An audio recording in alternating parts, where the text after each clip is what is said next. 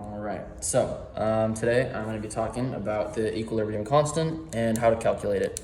So in a chemical reaction, there are reactants and there are products. In this equation, these reactants turn into products, the products go back into reactants, and that process happens over and over again until finally this whole equation reaches equilibrium. Once equilibrium is found, you can find this equilibrium constant, which is known as KEQ. And KEQ is just a ratio of products to reactants, just to show what the ratio is from the products to reactants once this whole equation reaches equilibrium. So in order to calculate the KEQ, this whole equation must be balanced. So prior to doing any math to calculate for this value, you must make sure that the amount of reactants on this side is equal to the amount of products on that side, and vice versa. And the reason for that is because of the law of conservation of matter. Basically, nothing can leave this equation. Everything has got to be there because no matter can be, produced or destroyed. The formula to find the KEQ of an equation is pretty simple. All you have to do is go products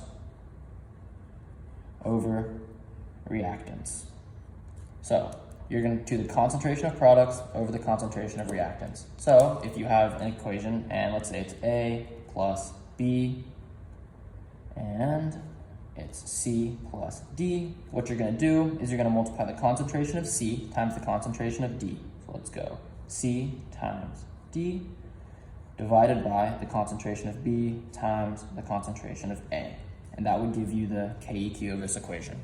So when you're doing this calculation, the only thing that you're going to include in this are going to be gases and aqueous substances. So if anything in this equation is a solid, or if it's a liquid, you don't include it. If any of these are a solid or a liquid, you're just not going to include it. So let's say D was a solid or a liquid, you just wouldn't even include it in this equation. It would just be C divided by B times A. So let's do an example. This one is out of the homework. So here we have an equation which is CO, which is a gas, plus NO2, which is also a gas.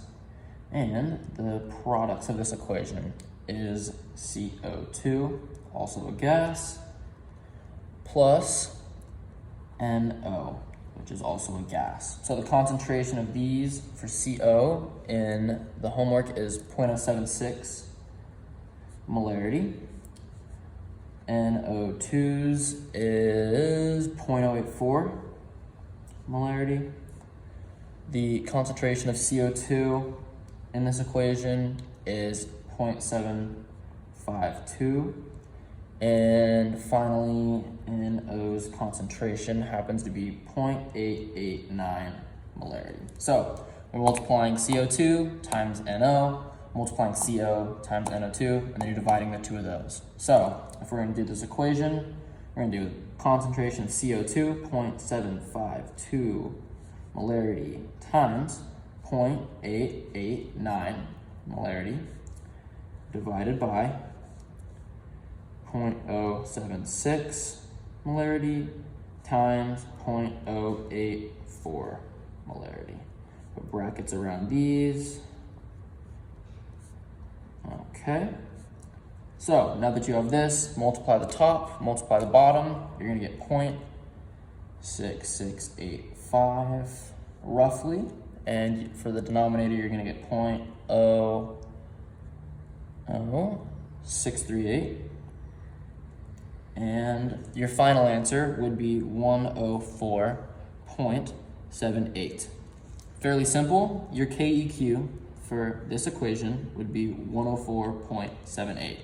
Thus meaning the concentration of the products divided by concentration of the reactants is equal to 104.78. So if coefficients are put in front of some of the factors of this equation, you're going to bring them up to be exponents when you're actually calculating. So let's say this here, if there was a 2 or if there was a 3, you would bring it up to be an exponent. So if we're going to do a second equation, just for an example, we can do Br sub 2, which is a gas, plus Cl2, also a gas, And the product of this equation is 2BrCl, which is a gas. So all of these in this equation are gases. So that's sometimes you can calculate this using atmospheres. So if everything is in gases, or if everything in this equation is gas, instead of calculating using molarity, you could calculate using atmospheres. So in this equation, our equation is going to be BrCl, and because there's a 2 in front here, we're going to bring it up to be an exponent. So it's BrCl squared divided by Cl squared, the brackets, times Br sub 2. There. So now we have all this here. Let's put some numerical values on it. Theoretically, let's say that this BrCl has a let's say this 2BrCl has a concentration of 2 atmospheres, 2 atm. So this is going to be in atmospheres rather than in molarity like we did up there. For bromine, let's see, Br sub 2, let's make it have 1 atmosphere of pressure. Again, atmospheres. And for the final part, let's have Cl2 be equal to 1 atmosphere. So all 3 of these are gases. All 3 of these have, their number in atmospheres. So then we can just plug these numbers into the equation just like we did up here. So it's going to be 2 atmospheres, right, squared divided by, just plug in the numbers again, 1 atmosphere times 1 atmosphere. Okay, so in the top, you're gonna have 2 squared, it's equal to 4. In the denominator, you got 1 times 1, it's equal to 1, with your final answer for the KEQ being 4.